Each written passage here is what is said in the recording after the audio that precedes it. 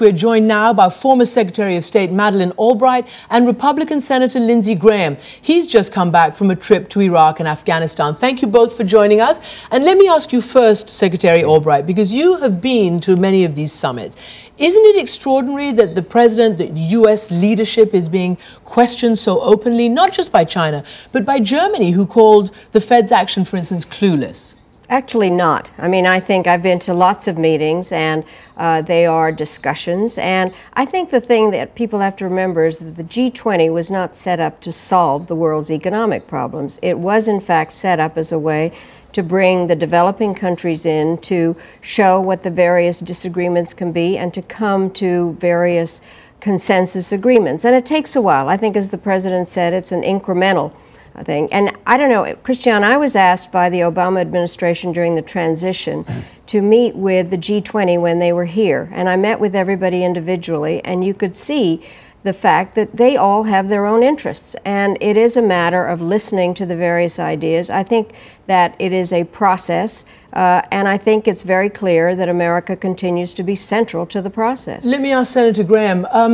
Certainly China and Germany, as you heard, did question America's global leadership. Do you think that is, if not actually, at least symbolically and psychologically damaging for the United States? Well, I don't want to overreact here. The currency issue was disappointing to me. Clearly, China does manipulate the value of the yuan to get an advantage in exports. They already have enough advantages. I was disappointed with the other nations who would not get behind President Obama to push the Chinese to change their currency policy. But yeah, you know, at the end of the day, we are getting criticism. Does that mean we're losing influence? Not necessarily so, but on the currency front and the trade front, this was a disappointing meetings. We needed a trade agreement with Korea. We need to fight back against China currency manipulation. And I think you're going to see the Congress get more involved on the currency front after this trip. Well, certainly the U.S. also being accused of trying to push down and weaken its own currency. You know, you say that this is perhaps just a sort of a temporary statements by these countries, but doesn't America have to get its economic house in order to be able to lead on a whole number of other issues? Senator? Yeah, I think Secretary Clinton got it right that our looming deficit is a national security problem for us. And the only way you can get America's financial house in order is to do a bipartisan agreement on entitlement reform. Earmarks important. That's just on the margins, but if you really want to get America back in business, we got to come to grips with Social Security, Medicare, and Medicaid and find bipartisan agreements to reform entitlements before it's too late. We're an aging population. A lot of baby boomers are going to retire. We've got fewer workers, and we need to do that sooner rather than later. Well, we're going to discuss this later on, but do you think there will be compromise? They must be. You'll never, look what happened with health care when you tried to jam it through on a party line vote. We need to get Social Security stabilized before it goes into permanent bankruptcy. We're going to have to increase the age. We're going to have to manipulate benefits for upper income Americans. We've got to put everything on the table, including stable revenues. And I'd like to see this commission help lead the Congress to get some results that have been kicked down the road for far too long. Let me bring up now some of the key foreign policy issues that go to the heart of American prestige and the president's prestige. The START Treaty, the New START Treaty.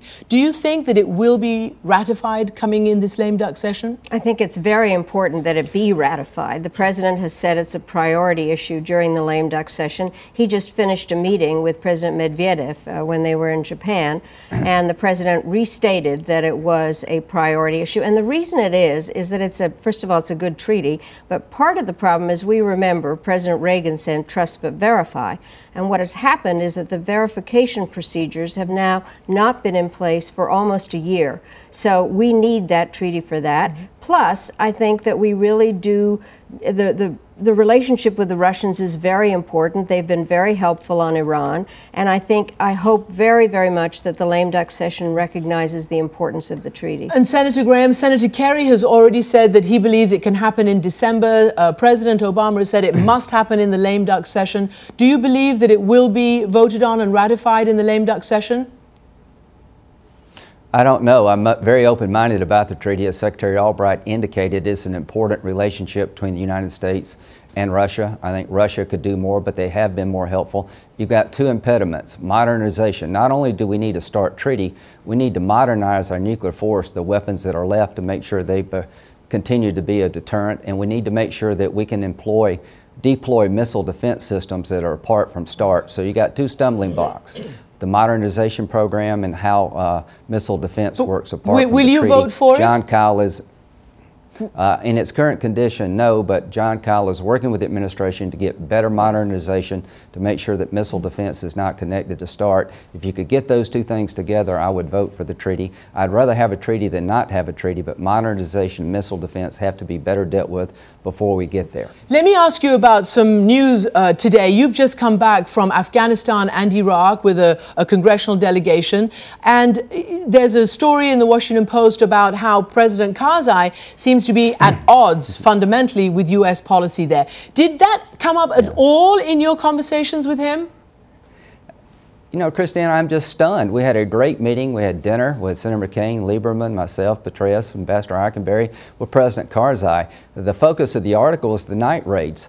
We were briefed by our military commanders that the night raids, or we own the night militarily, are making huge impact on the Taliban, the insurgency as a whole, and we're having Afghan partners. This didn't come up at all. We talked about, quite frankly, looking long-term with Afghanistan about having two air bases in a permanent fashion in Afghanistan to provide stability. So at the end of the day, there was no discussion about a difference between Petraeus and Karzai in terms of strategy. And I would just add this: if we cannot use night raids with our Afghan partners, then that's a big loss in terms of gaining security. The Petraeus plan, the Petraeus strategy must be allowed to go forward for us to be successful. The security gains are obvious. We're not there yet, but we're moving in the right direction, and to take the night raids off the table would be a disaster. Well, let me ask you quickly and briefly on this issue of Afghanistan also. Was President Karzai, or rather, do you believe that the U.S. troops will stay in significant numbers post the summer 2011 deadline? Yes, I do. I think in summer of 2011 we can bring some troops home, but we're going to need a substantial number of troops in Afghanistan past that. 2014 is the right date to talk about. That's when Karzai suggests that Afghans will be in the lead, and I'm very pleased to hear President Obama talk about 2014. What I want to talk about is winning, having the ability to stabilize Afghanistan and be a good partner with the United States forever. That means we're going to need military force for quite a while. Post-2014, when the Afghans hopefully get in the lead, it would be great to have a couple of air bases there in perpetuity to help the Afghans to send the right signal to the regions. But none of this is possible unless you have a reliable partner in the Afghan government, so they need to do more quickly on corruption. Do you think, Secretary Albright, that the President is going to move beyond this deadline? I know it's always condition-based, but that the acceptance now is that it's going to be significant troops for much longer than next summer? Well, they are definitely doing a review as they've begun it as we speak, and they are going to do a review again, a larger one in December. I think that the President has said that we're not just going to abandon, that we're in a transition strategy, not an exit strategy. And that it's going to be very important for there to be training of the Afghan police forces and the military forces. And part of the issue in reading what President Karzai said is that he keeps saying he wants to take over, but part of the business here is they have to be trained properly. And there's going to be a NATO summit, and one of the things they're going to be talking about is how to do this transition policy. And President Obama and Secretary Gates and Secretary Clinton have said that this is going to be conditions-based.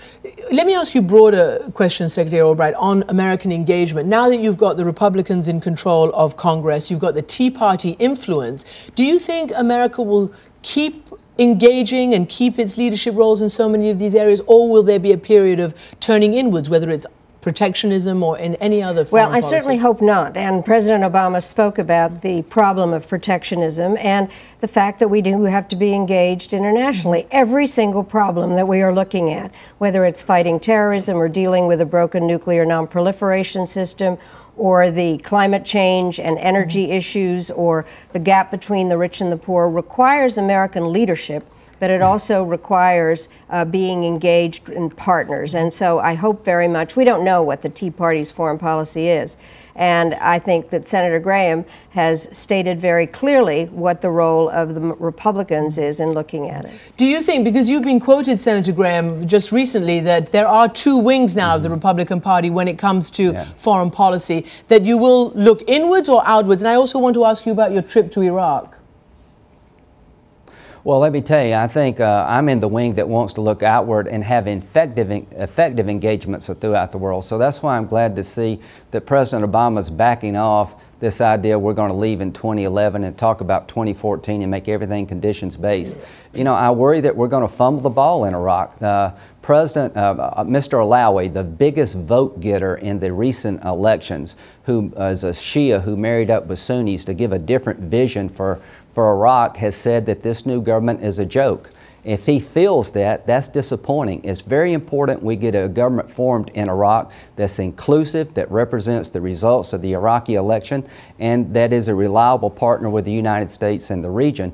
So I've got concerns about this new government, but we need to stay involved, effectively involved, and I'm in the camp of the Republican Party that wants to work with President Obama to end it well in Iraq, to get it right in Afghanistan, contain Iran through effective sanctions, and to my friends in the Republican Party who want to withdraw, you do so at your own peril, but the administration has to do their part. They're not being as effective as I think they can be in Iraq and Afghanistan, and when it comes to Iran, our sanctions efforts are not working as well as I would like. So I'd ask them to step up their game as well.